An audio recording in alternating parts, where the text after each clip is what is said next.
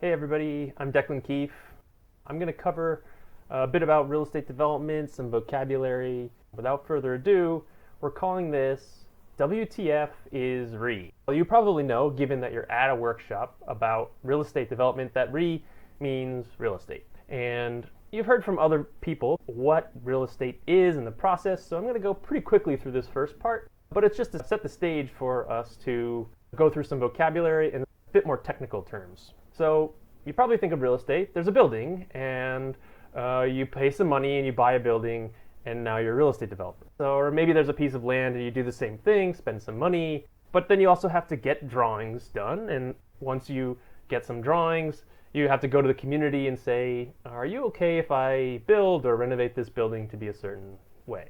And the community might kick you out the door and say, no, of course we don't like that. You should have come to us sooner. So you tweak things, and then you finally get the approval. If only it were that easy. But once you've gotten the approval, you will go to your contractor, and the contractor will calculate some things.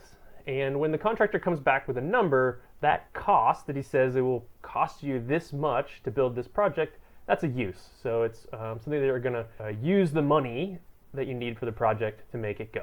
Right? So this is the construction process. So now you need to go get money, right? So you go to your piggy bank or maybe to the bank, and they're going to say, here's the terms. If you can meet these terms, we'll give you some money. But we're also going to need you to guarantee the project, and you need to bring this much to the project in order for us to do it. And all of those things, what the bank would bring, what you would bring, they're all called sources. So it's the money that you need to actually pay for all of the uses. But if you don't have all of those sources, or you can't meet the requirements of the bank, then that project won't move forward. And we're going to take a little bit of a sidetrack here.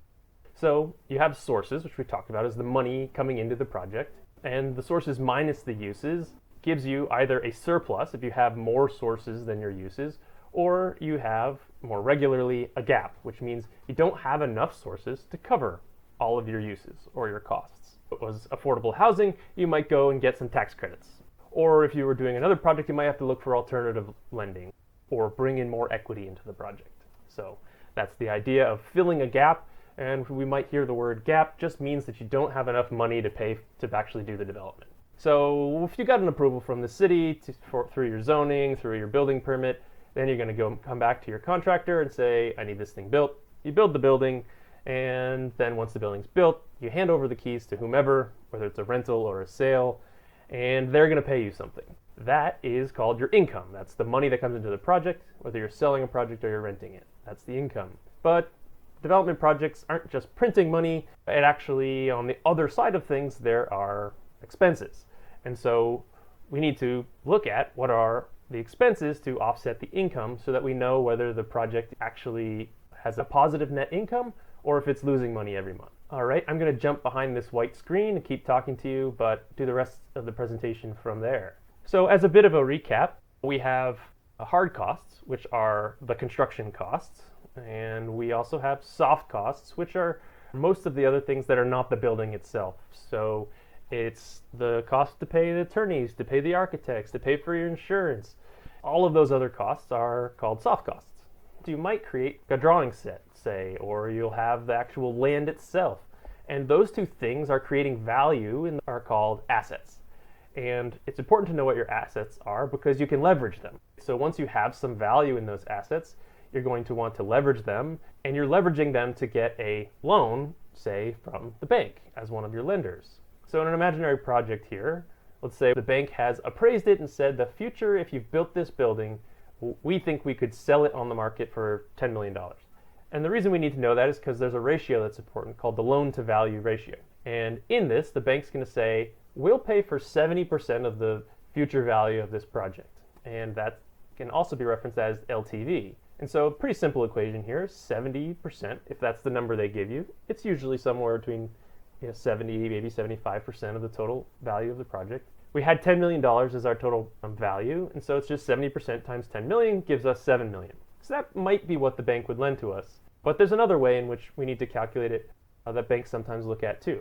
So this one's a little bit more complicated, but where it starts is with gross income. And this is the money that's coming in from the rental income, if you're doing a rental project. And if you have tax credits, some people will count incoming tax credit value in towards their gross income. Not everybody calculates it here, but just thought I'd reference it. And then the other side of this equation is gross expenses. So if you have income, there's also expenses in the project. And those expenses are things like we talked about property management, there's the ongoing taxes to run the project, to operate the property, and anything that actually you have to pay for to keep the building in operation. In addition to this, you're actually going to subtract out your mortgage, or what's more commonly called the debt service. It's the amount of money you pay back to the bank in order for you to have taken that loan in the first place. So this pretty simple equation here, we just are going to subtract the gross expenses from our income, and that gives us our net income. One thing to note here is that if we just take our rental income or our gross income and we subtract out just the expenses and not our debt service or the cost of our mortgage, then we get what's called the net operating income. And this is essentially the net income, but without taking out your debt service already. So those are important distinction to understand because of this next piece, which is how a bank might also calculate how much they would lend to you, which is something called a debt service coverage ratio. This one's far more complicated, but we'd figure we'd mention it to you anyway. You're going to take that net operating income, and we're going to divide it by the debt service, which is the amount of money you're paying each month to your loan, and it's going to give you a debt service coverage ratio. It's a ratio that the bank might have that's going to actually tell you how much you can afford in your project so that they're confident that you'll pay back your debt to them. So if we had our $150,000 and we had our debt service of $128,000, that means that we have a debt service of 1.15, which essentially means the bank wants to make sure there's about a 15% margin, an extra amount of money above and beyond what they're asking us to pay monthly, just in case something doesn't go how we expect it to. Then they're going to take this debt service coverage ratio, and there's a calculation where they're going to figure out how much can you take as a total loan if you can afford to pay only this amount per month. So in our example scenario here, if the debt service coverage ratio by the bank was set at 1.15 and we were only bringing in a net operating income of $150,000, then the bank would only be willing to lend us $3.6 million, which as compared to the loan to value above, they were going to give us $7 million. So the bank will actually only lend whichever is the more restrictive of the two.